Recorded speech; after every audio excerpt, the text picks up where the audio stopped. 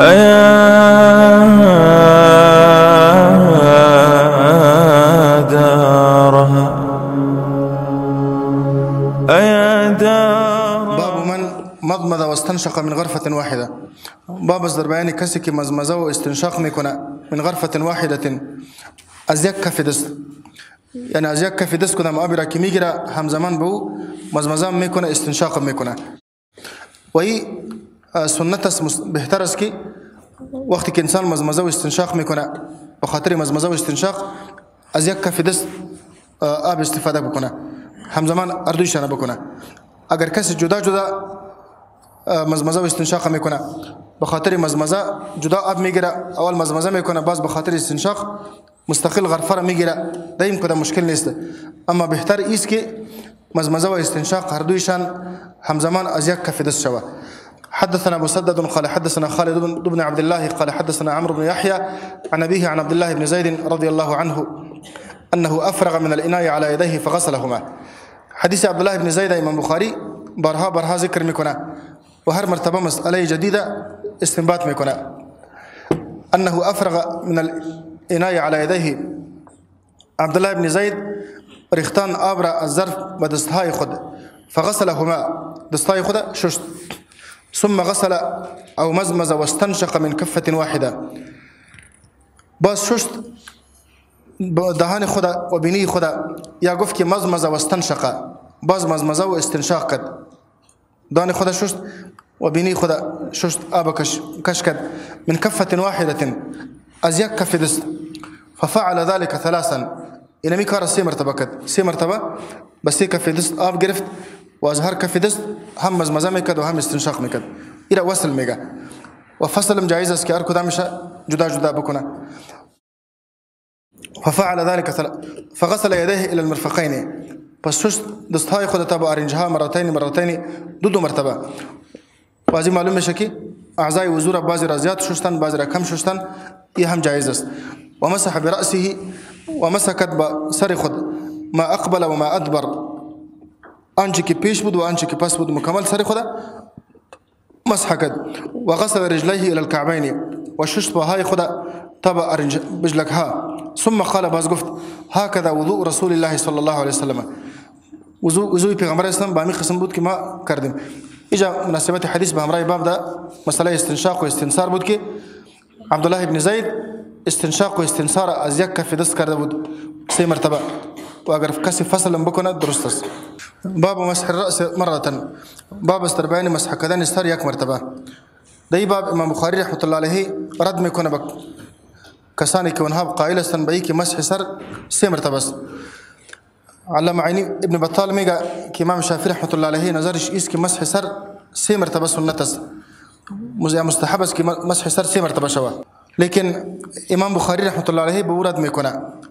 دلیل امام شافعی رحمت الله علیه حدیثی است که در ابو داود از عثمان رضی الله عنه نقل شده. زمانی که عثمان رضی الله عنه وضو میگرفت، شقیق ابن سلمه میگه که ما عثمان بن عفان دیدم که غسل ذراعیه ثلاثا، بازوهای خود دست خود سی مرتبه شست، و مسح رأسه ثلاثا، و سر خود هم سی مرتبه مسح کرد. باز عثمان وقتی که قسم وضو گرفت، ثم قال رأيت رسول الله صلى الله عليه وسلم فعل هذا، ما رسول الله را دیدم که با همین قسم وضو میگرفت. لیکن این حدیث ضعیف است. باز وقتی که ابو داود حدیث نقل میکنه تعقیبش میگه و احادیث عثمان الصحاح تدل على ان مسح الراس مره واحده. تمام احادیث صحیحه که از عثمان نقل شده دو ذکر شده که مسح سر فقط یک مرتبه است. از این خاطر امام بخاری در این باب رد میکنه با کسایی که اونها قائل هستند به اینکه در مسح تسلیس سنت است، مثل که در دیگر اعضاء تسلیس سنت است. حدثنا سليمان بن حرب قال حدثنا وهيب قال حدثنا عمرو بن يحيى عن أبيه قال شهدت عمرو بن أبي حسن سأل عبد الله بن زيد عن وضوء النبي صلى الله عليه وسلم. عمرو بن أبي حسن از عبد الله بن زيد درباره وضوء النبي صلى الله عليه وسلم سوال کرد که چگونه وضو میگرفت. فدعا بثور من ماء، پس طلب کرد عبد الله بن زيد یک ظرفی از آب را، فتوضأ لهم بونها وضو گرفت، فكفأ على يديه آب ریختان به دستهای خود فغسلهما ثلاثا دستهای خود 3 مرتبه شست ثم ادخل يده في الاناء باز داخل کرد دست خود در ظرف فمضمض واستنشق واستنثر ثلاثا ب3 غرفات پس مزمزه کرد دهان خود شست واستنشق آب در بینی خود کش کرد واستنثر و پس خارجش کرد ثلاثا 3 مرتبه ب3 غرفات بس 3 کف دست من ماء از آب 3 کف دست از آب گرفت و 3 مرتبه هم مزمزه کرد و هم استنشاق و استنثار کرد ثم ادخل يده في الاناء باز داخل کرد دست خود در ظرف فغسل وجهه ثلاثا روی خود 3 مرتبه شست ثم ادخل يده في الاناء باز داخل کرد دست خود در ظرف فغسل يديه الى المرفقين مرتين پس شست دستهای خود با تبارنجها 2 مرتبه ثم ادخل يده في الاناء باز داخل کرد دست خود در ظرف فمسح برأسه مسح کرد سر خود فاقبل بيده وادبر بها پس اول دست خود از پیشوری به پشت سر برد و باز دست خود از پشت سر به پیشوری آورد اول پشت سر برد باز پیشوری آورد ثم ادخل يده باز داخل کرد دست خود في الاناء در ظرف فغسل رجليه سر پاهای خود شست حدثنا موسى قال حدثنا وهيب وقال مسح برأسه مرة ده دیگر روایت از حدیث ذکر شده که مسح برأسه مرة عبدالله بن زید سر خود 1 مرتبه مسح کرده از این خاطر کسانی که به این قائل هستند که مسح سر هم 3 مرتبه سنت است و تسلیس ده مسح سر سنت است مثل که ده باقی اعضاء تسلیس سنت است اینمی قول مرجوح است و راجح قول است که مسح سر فقط 1 مرتبه سنت است باب وضوء الرجل مع امرأته وفضل وضوء المرأة باب است در بیان وضو گرفتن یک شخص مع امرأته به همراه خانم خود یک جا وضو گرفتن و فضل وضوء المرأة و درباره وضو گرفتن با آب باقی مانده وضوء زن امام بخاری رحمت الله علیه در ترجمه الباب ثابت میکنه که اگر مرد به همراه خانم خود یک جا غسل میکنه یک جا وضو میگیره دیگه کدام مشکل نیست به خاطر که حدیث صحیحه هم دلالت به این میکنه که پیغمبر صلی الله علیه و سلم به همراه امهات المؤمنین یک جا غسل کرده مثل که عایشه روایت میکنه كنت اغتسل وانا ورسول الله صلی الله علیه وسلم من اناء واحد ما ورسول الله صلی الله علیه وسلم هر دوی ما از یک ظرف آب غسل میکردیم نغترف منه جمیعا هر دوی ما به دستهای خود از آب میگرفتیم پس از این معلوم میشه که مرد به همراه زن خود یک جا غسل کرده میتونه یک جا وضو گرفته میتونه و همچنان یک انسان به همراه زنهایی که محرم باشه میتونه که در یک جا وضو بگیره در کدام مشکل نیست و توضأ عمر بالحمیم و وضو گرفته عمر رضی الله عنه بالحمیم با آبی که گرم بود با آب گرم وضو گرفته و من بیت نصرانیه و وضو گرفته از آبی که در خانه زن نصرانیه بود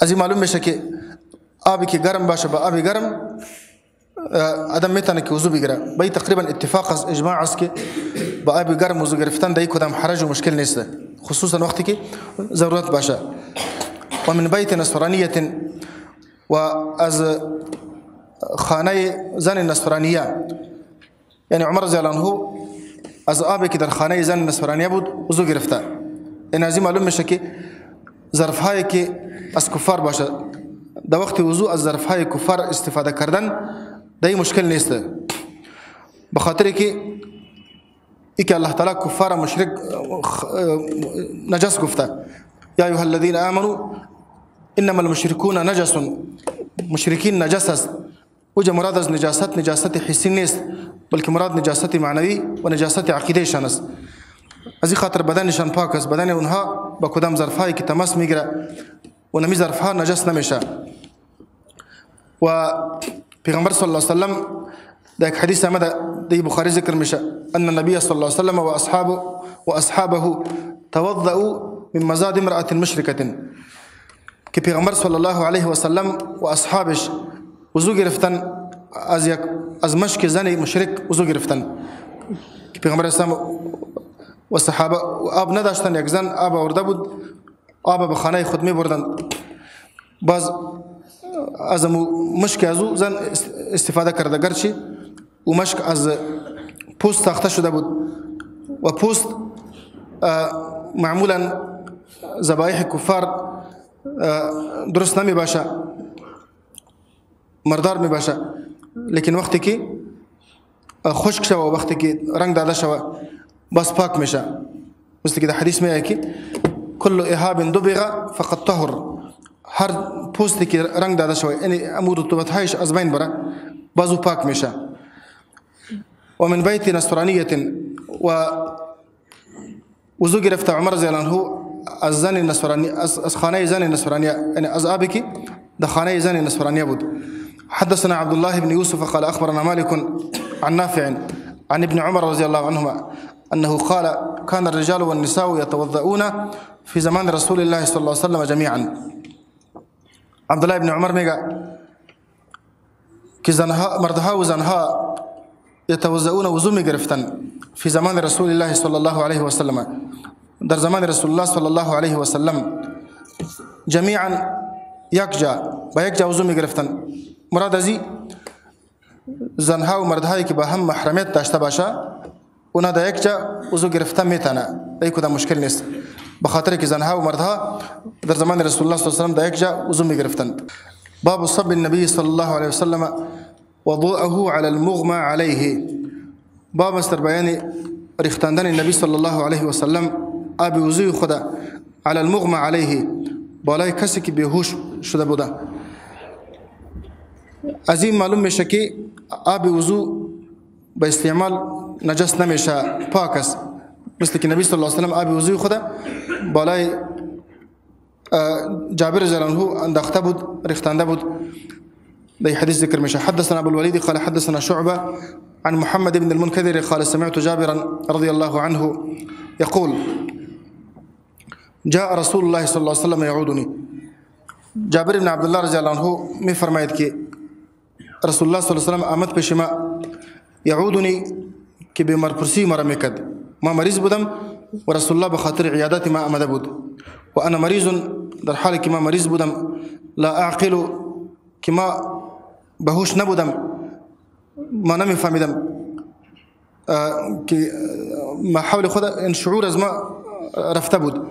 به این قسم مریض بودم که بیهوش شده بودم و ما هوش نداشتم. فتوضأ، پس نبی صلی الله علیه و سلم وضو گرفت و صب علی من وضوئه، و ریختان بالای ما از آب وضویش. فعقلت، پس ما بهوش آمدم.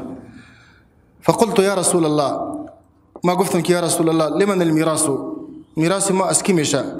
انما ترثني کلاله، از ما میراث میبره کلاله.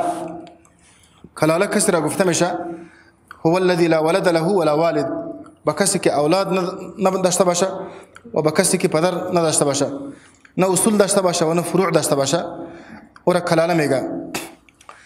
در دیگر روایت شامده که انما ترثني 7 اخوات، از ما میراث میبره فقط 7 خواهر ما و دیگه اصول و فروع ندارم ما، پس میراث ما چه قسم میشه؟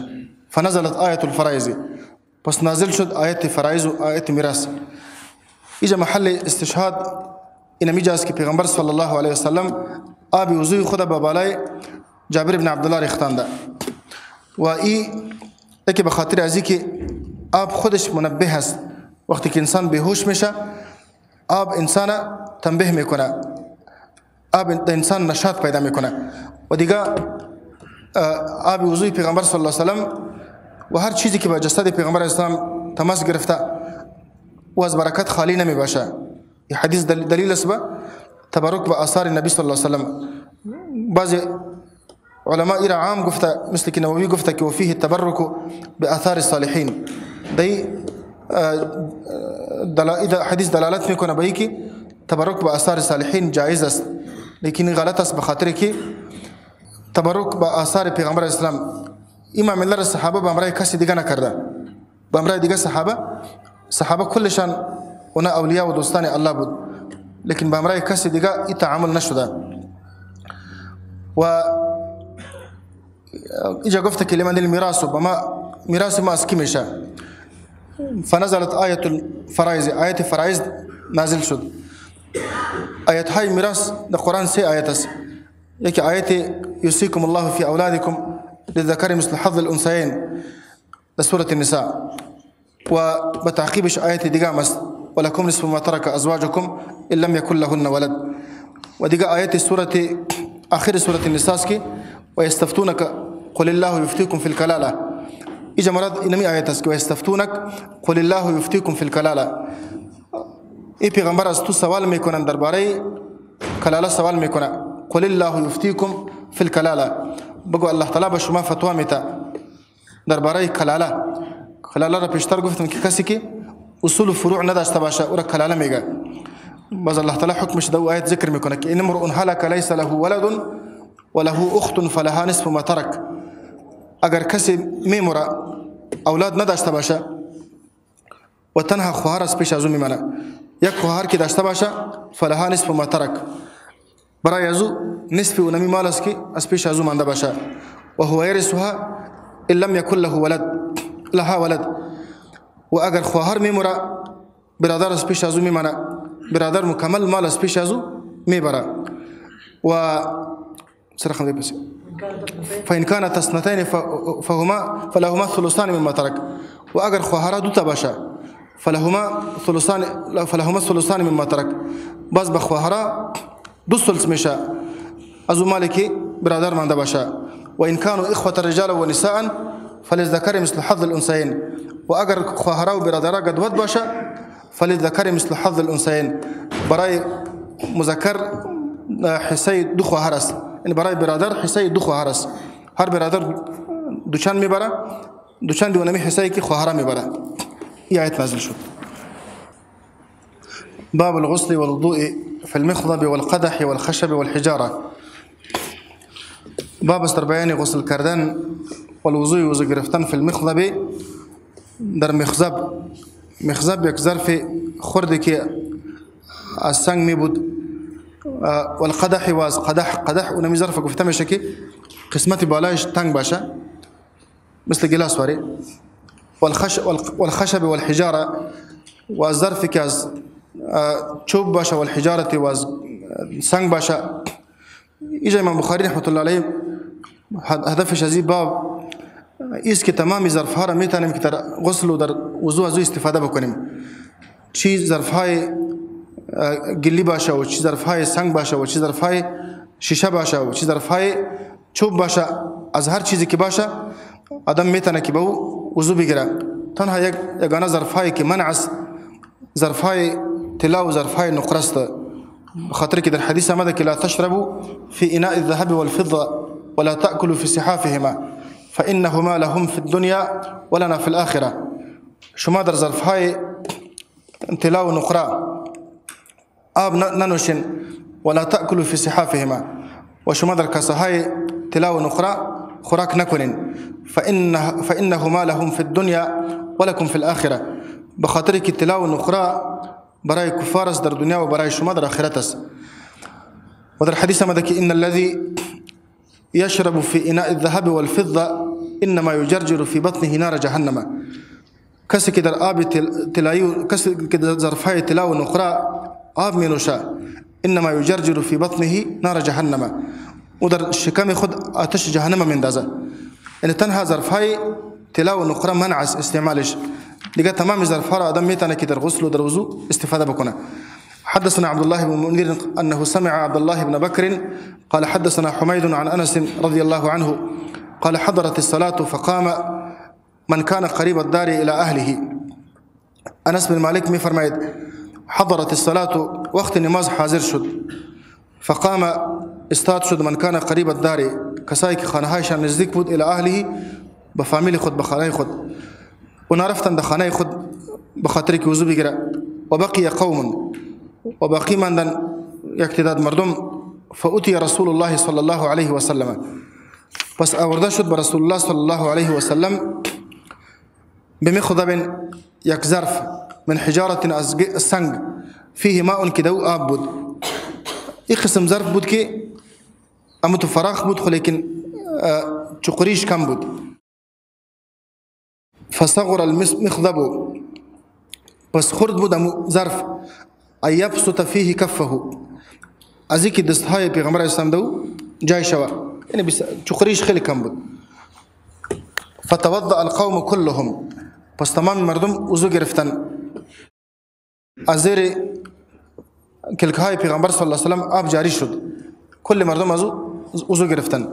قلنا کم کنتم، حمید میگه که ما از انس پرسان کردیم که شما چند نفر بودین؟ قال 80 و زیاده. انس بن مالک گفت که 80 یا از 80 نفر زیاد بودیم که ما از می ظرف وضو گرفتیم. یا از جمله معجزات نبی صلی الله علیه و سلم بود که الله تعالی آب کم را زیاد میکرد، یا خوراک کم. این معجزه رسول الله بود که به خاطر زیاد مردم کفایت میکرد.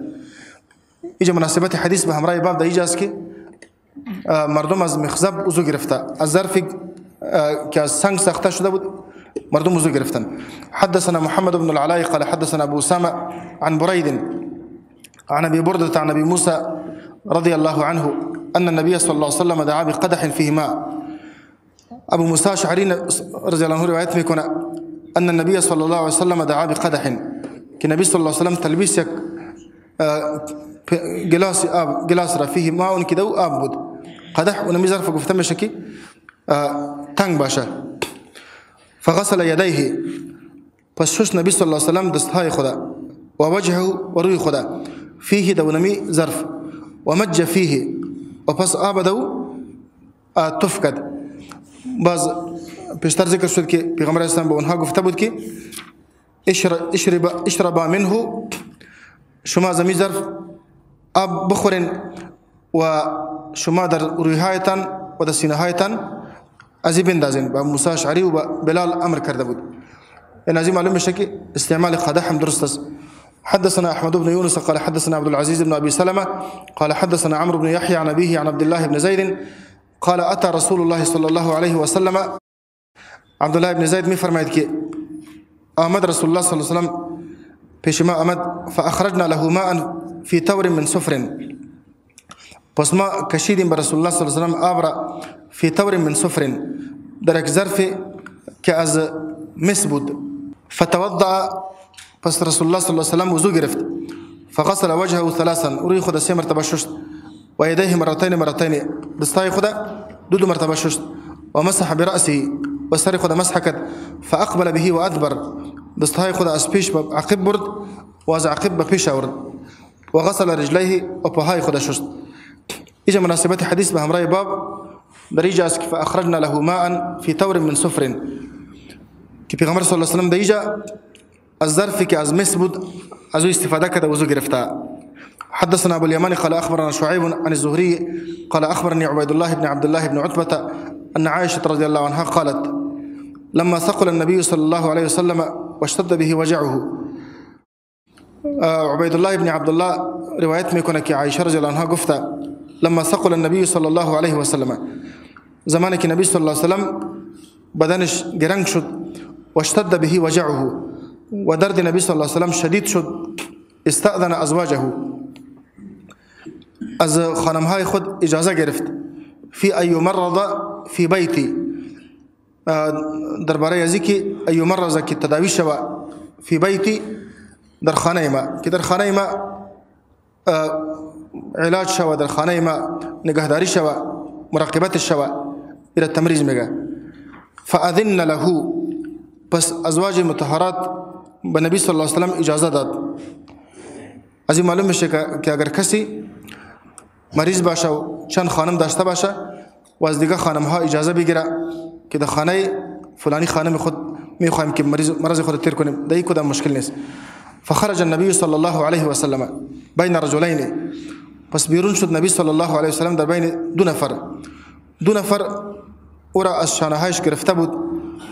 تخط رجلاه فی الارض، که پاهای خود در زمین کش میکرد، یعنی این خشمه در جانش نبود که پای خود بلند میکرد و قدم میمند. بین عباس و رجل آخر، در بین عباس و در بین یک شخص دیگر. قال عبید الله فاخبرت عبد الله بن عباس، عبید الله میگه که ما خبر کردیم عبد الله بن عباس را. فقال، از این حدیث خبرش این قصه را برش کردیم. فقال عبد الله بن عباس باز مرا گفت اتدری من الرجل الاخر، آیا تو میدانی که همین شخص دیگه کی بود؟ قلت لا، ما گفتم که ما نمیدانم که کی بود. قال هو علی، عبدالله ابن عباس گفت که همین شخص دیگه علی رضی الله عنه بود. در یک طرفش عباس بود، طرف دیگهش علی بود. و كانت عایشه تحدث، و عایشه رضی الله عنها قصه میکرد ان النبي صلی الله علیه وسلم قال بعدما دخل بيته، که نبی صلی الله علیه وسلم فرمود بعد از اینکه به خانه خود داخل شد و اشتد وجعه، و بعد از اینکه درد ازو سخت شد فرمود که حریقوا علی من 7 قرب، حریقوا علی شما بریزانین با ما من 7 قرب از 7 مشک لم تحلل اوکیتهن، از 7 مشکی که تسمهای ازو خلاص نشده باشه، یعنی 7 مشکی که مکمل پاک مکمل پر باشه آبش با ما بریزانین. لعلی اعهد الى الناس، شاید که ما به مردم وصیت بکنم، پیش مردم برم به اونها توصیه بکنم. و اجلس فی مخضب، و شانده شد نبی صلی الله علیه وسلم در یک ظرف، در یک تاشت وارد لحفظه که از حفصه بود، زوج النبی صلی الله علیه وسلم، خانم نبی صلی الله علیه وسلم. ثم طفقنا، باز ما شروع شدیم نصب علیه تلك، که ما میرختاندیم بالای نبی صلی الله علیه وسلم و نمی آب را از 7 مشک، حتی طفق یشیر الینا، تا که شروع شد که به ما اشاره میکرد ان قد فعلتن، که شما کار خود انجام دادین و نمی مسئولیتی که ما به شما وصیت کرده بودیم، امر کرده بودیم، او را شما انجام دادین. ثم خرج الى الناس، باز بیرون شد به مردم. خوازی حدیث مناسبتش به همراه باب در نمی جاست که نبی صلی الله علیه وسلم دا یک ظرف دا مخزب شانده شد، یعنی استعمال مخزب در وضو دا غسل درست است. و این حدیث دلالت میکنه به اینکه انسان اگر مریض شد و علاج بکنه، علاج کردن خلاف توکل نیست. این خودش یک نوع علاج است که پیغمبر اسلام به ازواج مطهرات امر کرده بود که شما بالای ما از 7 مشک آب بریزانید. علاج کردن خلاف منافی با توکل نیست. الاخذ بالاسباب، استعمال کردن اسباب منافی با توکل نیست. و توکل این میره گفته میشه که انسان اسباب استفاده بکنه و اعتمادش به اسباب نباشه، اعتمادش به الله باشه. این توکل میگه. این توکل نیست که انسان اسباب استعمال نمیکنه میگه ما به الله توکل داریم.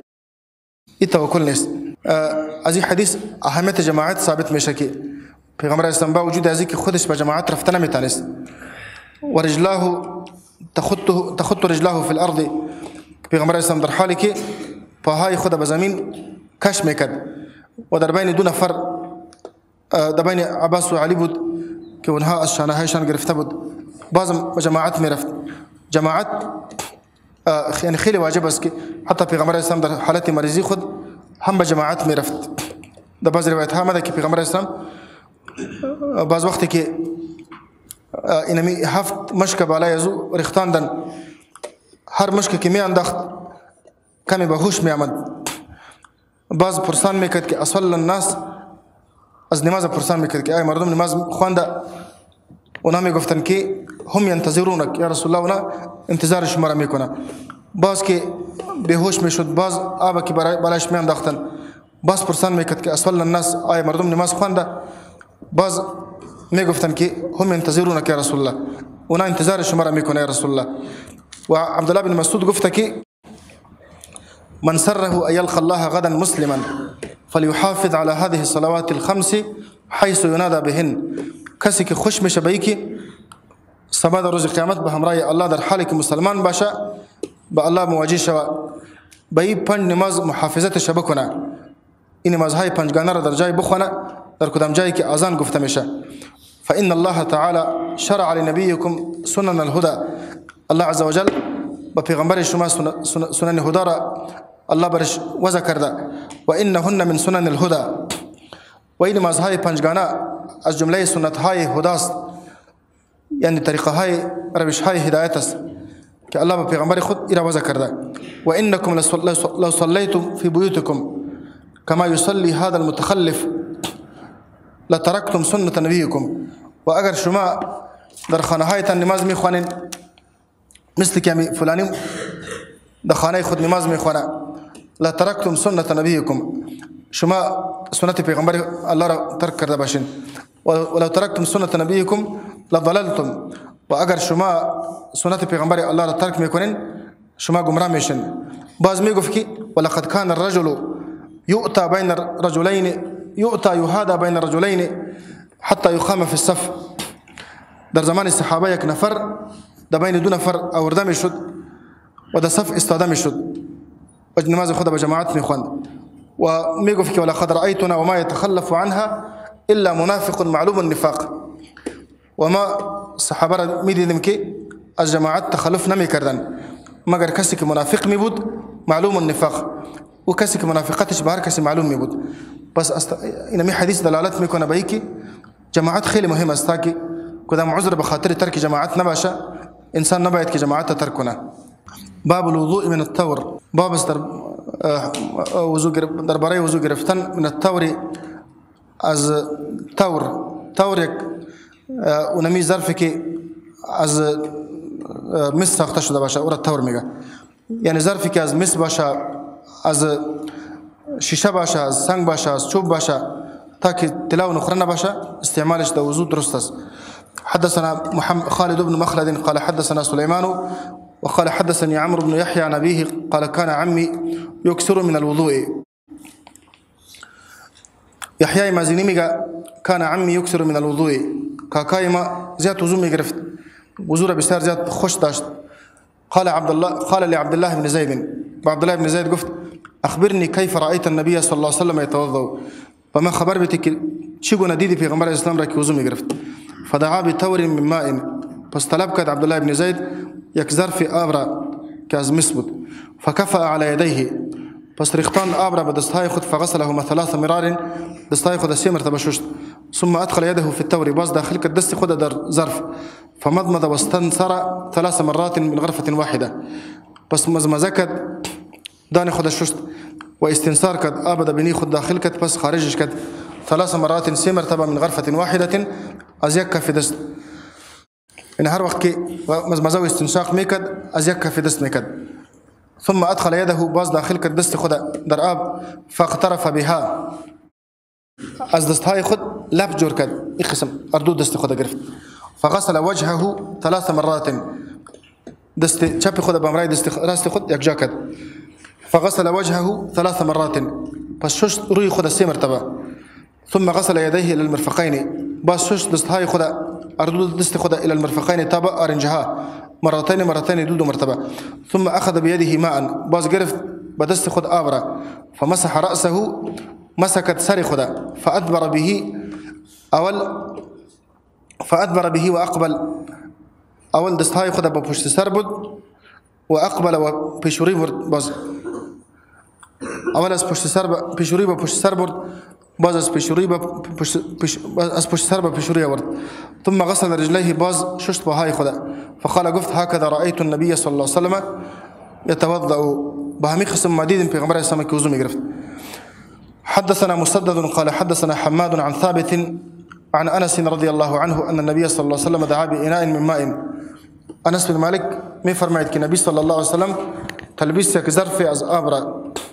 فأتي بقدح رحراح. پس آورده شد به نبی صلی الله علیه وسلم یک ظرف یک پیاله که فراخ بود.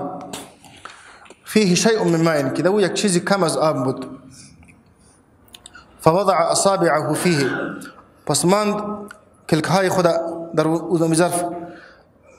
وقال انس میگه فجعلت انظر الى الماء. پس ما سعی میکردیم به آب ينبع من بين اصابعه. که آب از ما بین کلکهای رسول الله امتو فوران میکرد. قال انس بن مالک میگه فحذرت. پس ما تخمین کردم من توضا کسانی را که وضو میگرفت از ظرف ما بین 70 الى 80 در ما بین 70 الى 80 نفر. امو کسایی که از ظرف وضو گرفتن ما تخمین کردم که تعدادشان از بین 70 الى 80 نفر بودن. خو ایجا هم یعنی امام بخاری رحمت الله علیه باب به خاطر ازی وضع کرده که هر قسم ظرف آدم میتونه که در آب استفاده بکنه و این حدیث دلالت به این میکنه که پیغمبر صلی الله علیه وسلم معجزات داشت که آب کم به خاطر نفر زیاد کفایت میکرد. و دی بابها دی احادیث مسئله اذنین ذکر نشده که پیغمبر اسلام گوشهای خود مسح کرده. البته دیگه احادیث است که الاذنان من الراس، گوشها از سر است، یعنی حکم از حکم سر است، مثل که سر مسح میشه گوشها مسح میشه و گوشها به اونمی آبی که به خاطر مسح سر گرفته میشه به اونمی آب باید که مسح شود. با کلک سبابای خود انسان داخل گوش خود باید مسح بکنه و با کلک بهامای خود اینمی طرف باطن گوش خود باید مسح بکنه. باب الوضوء بالمد، باب است در بیان وضو گرفتن به مد. مد یک اندازه خاص است که دو دست که آدم بگیره، یک انسانی که انسان متوسط باشه، دستهای متوسط داشته باشه، نه خیلی کلان باشه و نه خیلی خرد باشه، دستهای متوسط داشته باشه، هر دو دست خود که بگیره در یک کدام آبی که جای میشه ایرا مد گفته میشه. پیغمبر صلی الله علیه و سلم بین اندازه آب وضو میگرفت. حدثنا ابو نعيم قال حدثنا مسعر قال حدثني ابن جبر قال سمعت انسا يقول، انس بن مالك میگفت كان النبي صلى الله عليه وسلم يغسل او كان يغتسل. پیغمبر صلی الله علیه و سلم غسل میکرد، یغسلو گفته یا یغتسلو گفته. پیغمبر اسلام غسل میکرد بالصاع، با یک صاع یک اندازه است که برابر 4 مد است، برابر 4 مد ایرا صاع میگه. الى 5 امداد تا به 3 مد تا به 5 مد. صاع 4 مد است، یعنی از 4 مد گرفته تا به 5 مد پیغمبر اسلام غسل میکرد. و یتوضا البته بعضی وقت پیغمبر صلی الله علیه و سلم ازیبا بیشترم غسل کرده، مثل که از عایشه روایت است که ما و پیغمبر اسلام از یک ظرف غسل کردیم. یسع 3 آسع، او ظرفی که 3 ساعت جای میکرد. یعنی از اون معلوم میشه که پیغمبر صلی الله علیه و سلم با تقریبا با 6 ساعت غسل کرده، به خاطر که 3 ساعت با 6 مد یعنی غسل کرده، به خاطر که 3 ساعت هر ساعت 4 مد است، 12 مد میشه. 12 را که تقسیم 2 بکنیم 6 مد میشه. یعنی پیغمبر اسلام عجیب بیشترم غسل کرده. و یتوضا بالمد، و پیغمبر اسلام به مد غسل میکرد. مد پیشتر گفتم که دو دست خود که آدم بگیره هر قدر آب که جای میشه ایرا مد میگه. یعنی پیغمبر اسلام در غسل در وضو اسراف نمیکرد و آدم باید که در غسل در وضو اسراف نکنه، آب کم کوشش کنه که استفاده بکنه. البته این به این معنی نیست که آدم زیاد آب استفاده کردن نمیتونه، به خاطر که پیشتر گفتیم که از پیغمبر اسلام زیادت هم ثابت است. وقتی که زیادت ثابت شد از این معلوم میشه که آدم آب زیاد هم استفاده کرده میتونه.